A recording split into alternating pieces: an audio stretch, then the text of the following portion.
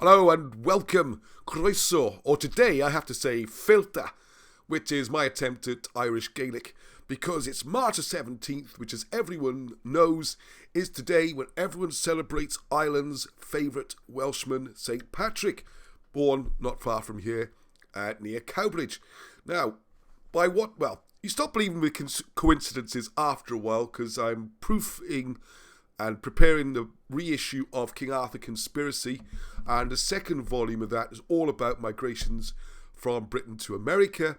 And one of the things the writers point out is the snake mounds, and how this ties in with the story of St. Patrick casting the snakes out of Ireland. Alright, so just give you an idea here. I don't know why it does that whenever I press my number 2 button. There's chapter 18, Snakes Fort, Pottery and Symbols. And the thing it picks out here is that we got the Wallum. That's weird. Why does it do this only when I record videos? There we are. Right, so you got the Wallum Ollum and the Lenape histories of the Delaware Nation contain a number of cryptic references to a people who are identified as the Snake People, and they are the enemies of the Delaware. I think this ties in with the Conan stories as well, which kind of originate in this area. I'm doing more research on that, put more on it soon. These strange mentions are perhaps identifications of the people who built the serpent mounds that have been found in the Midwest regions. Long, winding mounds of stone and earth were constructed so as to resemble great serpents with a circle or globe in their jaws, as if it were about to be swallowed. So I've just done a quick, hang on, God, come on, just a quick Google search, that's all. And as you can see here, it's quite spectacular. You can see it really is that it winds around. It's even called a serpent mound. I think on the sign, even to this day, they call them serpent mounds. And what Wilson Blackett doing, you can see a trail here.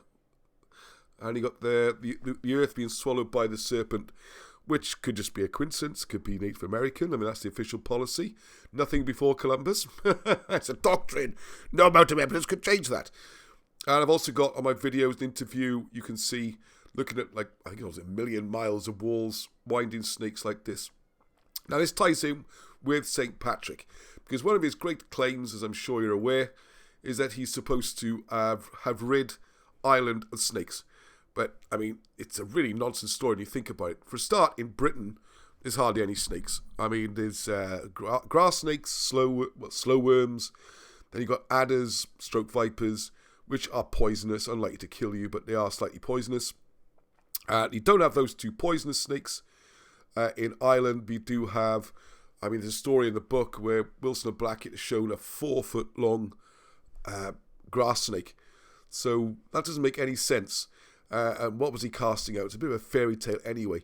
More likely, it seems to be that it refers to the conflict going on, because the story of St. Patrick, as you can read about in St. Patrick Identified, which is another book we have for sale, written by Baron Blackett, is that, some more pictures, that he was very much pushing the Roman Church, as opposed to the ancient religions, or if this is part of the ancient British Christianity. Oop, go away with the adverts. Alright, just picked a random picture, and I get this rubbish. Okay. What they would do then, the ceremony that they would run, they would light fires on certain days. And you can read slightly cryptic references to what was going on with Patrick. So what he would do on the sacred days, he would go up there and set fires at the entrances to their, because you go round and round the serpent part, and you go into like an inner sanctum, like a cave or a hole, or that's where and he put the fires there so they couldn't get in. He's also desecrating their sites and making it useless for their worship. And he broke that religion and replaced it with the Roman Church. That's what Patrick did. That's why he's venerated. So the whole snakes thing could tie in with that, and it's double interesting because you have the same sort of snake mounds in America, and there are examples still in Britain and in Ireland where you can still see these things. And what's also interesting, which will be up in the next video, is what Wilson Blackett showed then, is how many of the ancient stories, mostly in England, funny enough, revolve around so-called saints or local lords even. Some are quite recent. Some are medieval times, a few hundred years ago, killing the local dragon. And how this is actually a reference to destroying the ancient worship and the sort of snake mounds. Like I said, I am going to do a big thing on Conan the Barbarian soon, which, bizarrely as it may sound, is also all tied in with ancient British history and the religion. So there we are. Enjoy your day, and enjoy your pint of Guinness. Oh, which I'm also going to get that video up, which will be on the other channel you see linked, which is Welsh History Stories, where Guinness actually got his recipe from. It ain't Ireland. And the name's interesting as well.